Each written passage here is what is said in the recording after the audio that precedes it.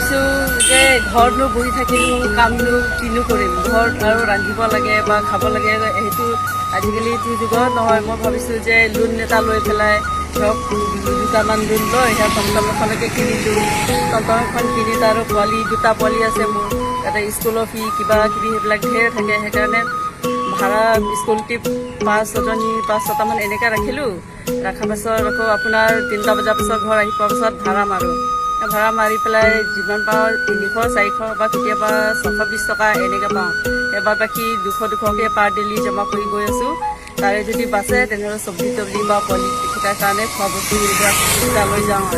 আৰু যিমানখিনি পেচেঞ্জাৰ মোৰ তাত উঠে মহিলাগৰাকীবিলাকক মই কওঁ যে তোমালোকে বোলো কিনি ল'বা তেনেকুৱা বা লোন লৈ কিবা এটা কৰি পেলাই কিনি লোৱা চলোৱা একো অসুবিধা নাই সেইটো যদি মাৰি থাকিলে তোমাৰ ঘৰ সৰু সুৰা খৰচাবিলাক এইকেইটা পইচাটো ওলাই থাকিব মই তেনেকৈ চবকে তেনেকৈ মানে অনুৰোধ কৰোঁ আৰু বহুত ভাল লাগিছে মানে বাইদেউজনীক দেখি কিনে আমি মানে প্ৰথমতে আচৰিত হৈ গ'লো যে সেই মানে কেনেকুৱা এনেকুৱা কৰিব পাৰিলে পিছত আমি ফিল কৰিছোঁ যে